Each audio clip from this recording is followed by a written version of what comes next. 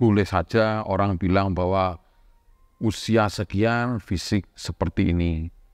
Tapi kita harus ingat bahwa spiritual tidak akan sama dengan usia biologis. Spiritual akan jauh lebih muda. Sebetulnya banyak yang bisa kita lihat untuk memperkaya sisi spiritual kita, yang bisa memungkinkan kita jauh lebih muda dari usia biologis kita.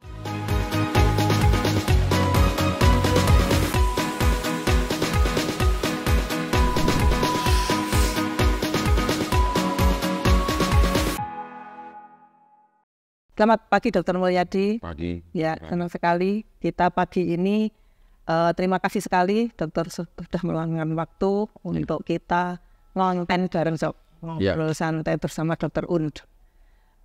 Sebelumnya saya ingin dokter sedikit cerita. Mungkin ini awal dulu Dr. Mulyadi bisa bergabung di Rumah Sakit Dr. Un ini sampai akhirnya sekarang ada di posisi Direktur Administrasi Umum, Dok.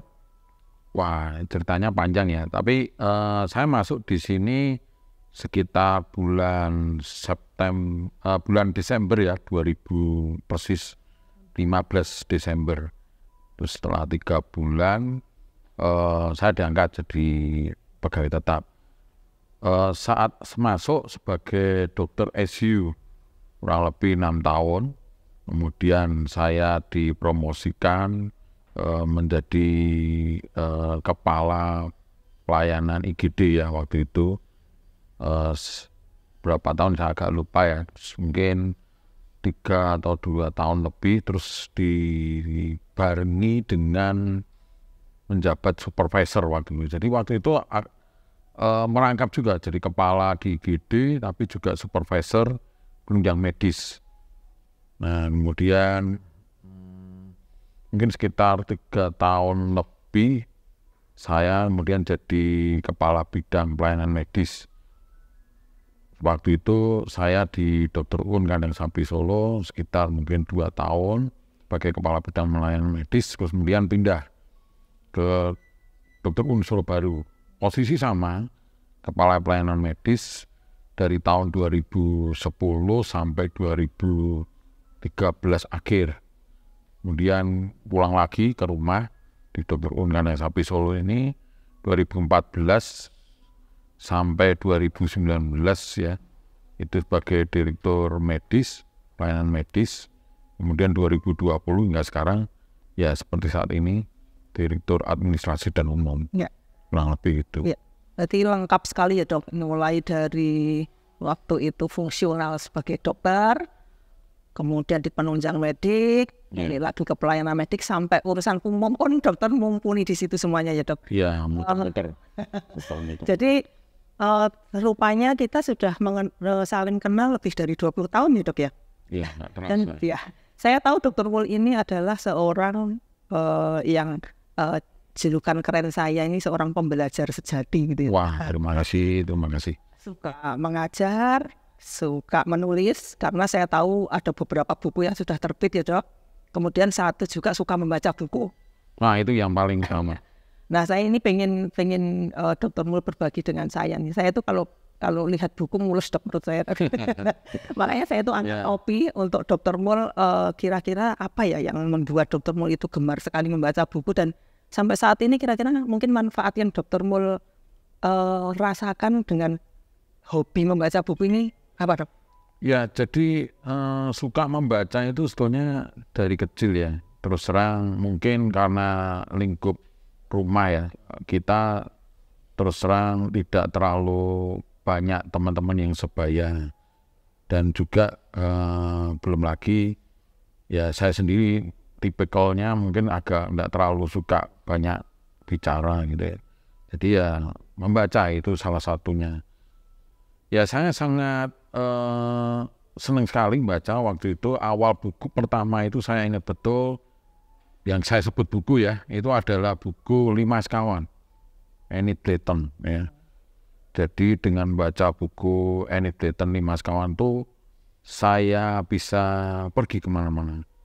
Meskipun secara fisik saya tidak di mana-mana. Saya bisa merasakan bagaimana pengalaman si Lima Sekawan ini dalam mengungkap kisah-kisah detektif yang junior ya waktu itu ya. Ya terus berlanjut, bacaan ini berlanjut yang seri-seri yang juga pop ya, seperti 5 sekawan, 4 sekawan, kemudian trio detektif, kemudian sampai yang komik pun juga saya baca. Ya kalau mau ditanya kenapa ya kok bisa suka membaca, yang jelas orang tua memang mendukung ya, karena tidak banyak teman sebaya. Dan mungkin saya juga tipikalnya juga tidak terlalu banyak ini ya bicara, ya suruh baca aja. Ya itu mungkin ya, tidak ada resep khusus. Kalau nanya kenapa bisa awet baca gitu ya, yang jelas dengan membaca itu saya menemukan hal-hal yang sangat imajinatif, yang sangat di luar penampakan secara fisiologis ya. Jadi itu yang menarik bagi saya. Ya. Jadi benar ya dok, buku itu adalah jendela dunia gitu ya dok ya. Yep, karena dengan baca buku kita bisa kemana saja ini. Yep. Nah jadi satu lagi julukan saya untuk Dr. Mul ini adalah kamus berjalan. Waduh, terlalu besar kita apa saja pasti tahu jawabannya gitu ya. Nah juga. Pagi ini ini dok, kita ngobrol di luar medis ya dok ya. Oh, yeah. Meskipun kita sama-sama dokter, tapi ini obrolannya gini dok. Jadi kalau kita lihat siklus hidup seseorang itu ya, mulai dari lahir, kemudian masa prasekolah, masa sekolah, lulus sekolah, kemudian bekerja, sampai meniti karir, mungkin sampai pada usia tertentu, akhirnya sampailah pada usia pensiun gitu ya. Ya, betul. Ya, itu siklus yang setiap orang pasti mengalaminya gitu ya. Jadi setiap orang ada masanya dan setiap masa ada orangnya kan begitu ya. Nah, yang saya tahu masih banyak di luaran sana, mungkin ketika memasuki usia-usia seperti kita ini sudah di atas 50 tahun ini, mereka punya paradigma yang keliru tentang pensiunnya ya. Rata-rata paradigmanya adalah bahwa pensiun itu adalah usia tua, pengangguran, sakit-sakitan, tidak ada yang dikerjakan lagi, dan mungkin jadi beban untuk keluarganya. Itu paradigma yang keliru menurut saya. Dan kita ini wajib merubah paradigma ini menjadi paradigma yang benar gitu ya. Karena pensiun itu bukan hanya masa istirahat dari pekerjaan, tetapi masih banyak yang bisa dilakukan itu ya dok. Jadi tentunya ini ada masa persiapan pensiun. Jadi makanya ada istilah MPP atau masa persiapan pensiun, agar nanti ketika memasuki masa tersebut seseorang itu bisa siap gitu. Nah, saya ingin Dr. Mul bagi ke kami semuanya ini tip dan triknya mempersiapkan masa pensiun ini, sehingga nanti ketika tiba saatnya itu kita sudah siap gitu dok, secara lahir dan batin gitu dok. Ya, secara manusiawi memang betul ya. Apalagi kalau kita itu kerja tidak setahun 2 tahun ya. Terus terang kita itu sudah kerja mungkin sekitar 10-15 tahun. Bukan masalah kita itu hanya sekedar mencintai pekerjaan kita, tapi terus terang kita sudah ketemu dengan teman-teman yang kita kenal jauh lebih baik, kemudian kita sudah paham lingkungan kita, ya, kemudian kita sudah tahu apa yang kita kerjakan secara rutin tanpa pernah kita dikomando. Itu sesuatu hal yang menyenangkan. Tapi ya memang kita harus paham ya, suatu saat fase itu pasti harus datang. Dan memang harus selalu diingatkan, dan ini terus terang juga saya juga mengingatkan untuk diri saya sendiri ya, bahwa diri kita itu tidak identik dengan pekerjaan. Jadi sangat naif kalau kita itu bilang bahwa oh Pak Mulyadi itu adalah identically dengan karyawan Dr. Un. Nah, tidak boleh ya. Jadi pekerjaan tidak boleh menggantikan diri kita. Diri kita pasti lebih besar dari pekerjaan kita.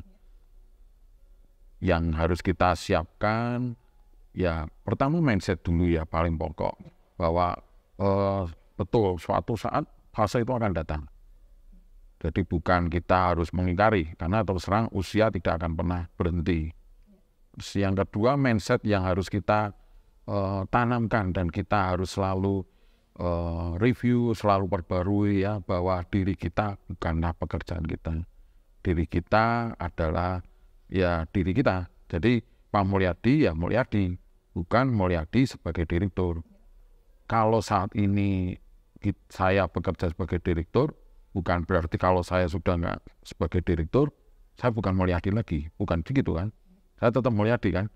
Dengan yang tadi Ibu bilang keunikan-keunikan yang seperti itu, ya saya rasa itu mindset. Kemudian yang kedua, mungkin kita harus mulai memikirkan apakah tidak ada hobi atau aktivitas yang mungkin selama ini di saat kita bekerja rasanya sulit untuk dilakukan. Ya, saya sendiri suka jogging ya mungkin sekali waktu kita harus kembali lagi, coba joggingnya apa. Dan juga dalam hal-hal yang kita lakukan itu selalu kita terpancang ya. Ya ini karena kebiasaan ya. Kita menganggap level maksimal diri kita itu ya sejauh yang kita lakukan. Nah, padahal kalau kita mau lihat kembali orang-orang yang di biografi yang lama, sebetulnya orang-orang yang besar itu bisa melakukan lebih dari yang dilakukan. Contoh ya, Winston Churchill yang Perdana Menteri Inggris. Beliau ini kan kita tahunya sebagai Perdana Menteri Inggris waktu Perang Dunia. Tapi sebetulnya ketika dia sudah tidak aktif lagi, dia menekuni lagi profesi seninya. Dia adalah pelukis yang baik, dia penyair yang cukup baik juga ya. Dan saya rasa kekuatan dia adalah itu tadi, dia menggeluti apa yang semula dia miliki tapi tidak istilahnya tidak diopeni ya, kembali lagi. Nah itu yang mungkin bisa kita lihat ya sebagai persiapan mindset dan perilaku, mungkin seperti itu ya. Tentu itu perlu kebiasaan. Jadi kebiasaan itu kan terbentuk dari perilaku. Saya yakin awal-awal mungkin rasanya sulit ya, karena perilaku kita kan sudah habit ya, sudah otomatis. Kalau jam sekian bangun, terus apa yang dipersiapkan, terus ke kantor, pulang, apa gitu ya. Nah, coba kita harus menyusun habit lagi. Mungkin kurang lebih gitu, Dr. Rani. Iya. Jadi yang pertama memang yang utama adalah merubah mindset dulu ya, Dok. Mindset yang tadi saya paling utama. Sebut paradigma yang keliru tadi ya, Dok. Ya, karena sebetulnya memang usia tidak bisa ditolak karena tiap tahun pasti bertambah. Dan itu tadi semua orang pasti akan mencapai pada titik tersebut. Gitu ya. Dan memang betul sekali bahwa pensiun bukan akhir segalanya ya, Dok. Iya. Jadi orang masih bisa berkarya di mana saja, kapan saja, di usia berapa saja. Dan yang kedua tadi melakukan hal-hal yang ketika masih aktif pekerjaan mungkin bakat terpendam yang belum sempat bisa dilakukan karena terbentur masalah pekerjaan, tetapi di usia pensiun mungkin lepas dari pekerjaan mungkin bisa melakukan kembali aktivitas tadi. Syukur-syukur aktivitasnya ini produktif gitu ya, Dok ya. Oh iya, ya jelas. Ya, jadi sudah banyak yang bisa insight yang kami ambil dari Dr. Mul. Mungkin satu lagi terakhir ini, Dok. Mungkin dokter pasti tahu ada istilah pensiunpreneur ya, Dok ya. Pensiunpreneur. Mungkin menurut Dr. Mul gimana, Dok ini, Dok? Ya. Pensiun planner itu menurut saya bukan sekedar kita itu mengatur keuangan ya, itu juga penting ya, karena setelah kita selesai kita nggak punya lagi pendapatan yang mungkin bisa kita pegang, tapi kita berpegangan ya pada tabungan atau apa ya. Planner yang saya maksudkan dari finansial mungkin pengeluaran yang kita harus setting lagi, apakah betul pengeluaran kita harus sama seperti saat kita bekerja dulu. mungkin kita sudah atur lagi. Tapi planner yang kedua yang tidak kalah pentingnya adalah planner untuk activity. Ya. Jadi rasanya akan tidak pas kalau plan di pensiun itu kita hanya duduk-duduk manis, menikmati TV, kemudian baca-baca, bahkan mungkin di kamar sendirian ya. Ada baiknya planning ini juga harus dilakukan juga bersamaan dengan planning di keuangan. Syukur-syukur kalau bisa lebih awal. Jadi kita itu harus ingat bahwa manusia selaku spiritual itu akan jauh lebih mudah dibandingkan manusia sebagai fisik. Ya. Kita kalau spiritual kita bisa hubungan dengan banyak orang, tapi secara fisik kita terbatas. Nah, planning yang kedua ini yang mungkin harus dilakukan sedari awal, ya, mendahului sebelum finansial itu. Nah, yang terakhir, yang ketiga, yaitu di fisik, ya. Terus terang yang jadi kendala kita, kalau kita lihat ya di bagian fisik itu, seperti yang tadi Dokter Ani bilang, jadi pensiun itu berarti identically dengan tua, sakit-sakitan, encok-encokan, pegel semua. Ya, kenapa enggak kita ngawal dari depan? Kita mengawali dari awal-awal sebelum kita ini. Jadi persiapan fisik itu enggak usah terlalu berat ya. Sebetulnya kita melakukan aktivitas yang kalistenik, yang melatih otot tubuh kita, itu akan sangat baik. Ya. Syukur-syukur kalau punya keahlian renang, mungkin kalau bisa sekaligus olahraga yang tim ya, meskipun tentu harus disesuaikan fisiknya. Nah, sekaligus sosialisasi, sekaligus dapat fisik yang bagus. 3 hal ya, planning di bagian keuangan, planning di bagian emosional ya, atau di sosial tadi, kemudian planning di bagian fisik. Dari 3 ini kalau saya boleh urutkan, mungkin yang paling awal dahulu dilakukan ini adalah yang fisik dulu. Fisik ini harus dilakukan mungkin sekitar 2-3 tahun sebelum kita benar-benar ini ya. Kemudian dari emosional ya hampir bersamaan. Ya kalau finansial mestinya bisa kita lakukan hampir mendekati pensiun. Ya, khusus yang finansial itu memang ada sedikit individual touch-nya harus ada ya. Karena bisa jadi orang yang menjelang pensiun itu ternyata masih ada tanggungan. Anaknya masih sekolah, kecil ya. Ya itu memang nggak bisa disamakan. Tapi setidaknya dengan ketika kita pensiun, aktiviti kita itu sudah menurun. Pengeluaran kita yang semestinya kita atur lagi. Ya. Mungkin gitu. Ya. Jadi kita apalagi kalau usia sudah 50 ke atas itu sudah tidak perlu khawatir lagi ya Dok ya, sebetulnya kalau kita mengawalinya tadi dengan mindset yang betul itu tadi ya. Mindset, ya. Kemudian juga mempersiapkan masa-masa pensiun kita ini dengan benar seperti tadi dokter sampaikan, sehingga harapannya itu ketika pada masa pensiun itu bisa pensiun dengan bahagia gitu. Yeah. Ada lima hal kalau saya baca ada yang mengkategorikan. Tadi mungkin Dr. Wul ada 3 ya yang perlu disiapkan, tapi menurut saya mungkin ada 5. Yang satu itu sehat fisik, 2 sehat mentalnya, 3 sehat sosialnya, yang keempat sehat religinya. Mungkin karena orang-orang yang pensiun itu mungkin lebih punya waktu lagi untuk melakukan ibadahnya, dan yang terakhir itu adalah sehat finansialnya. Jadi mungkin itu bisa dicapai asalkan kita mau yang pertama tentunya merubah mindset tadi dan juga persiapan-persiapan yang harus dilakukan. Ya, setuju. Ya, saya kira mungkin ada sebelum kita akhiri dokter ada closing untuk teman-teman kita yang mungkin usianya sudah 50 tahun ke atas.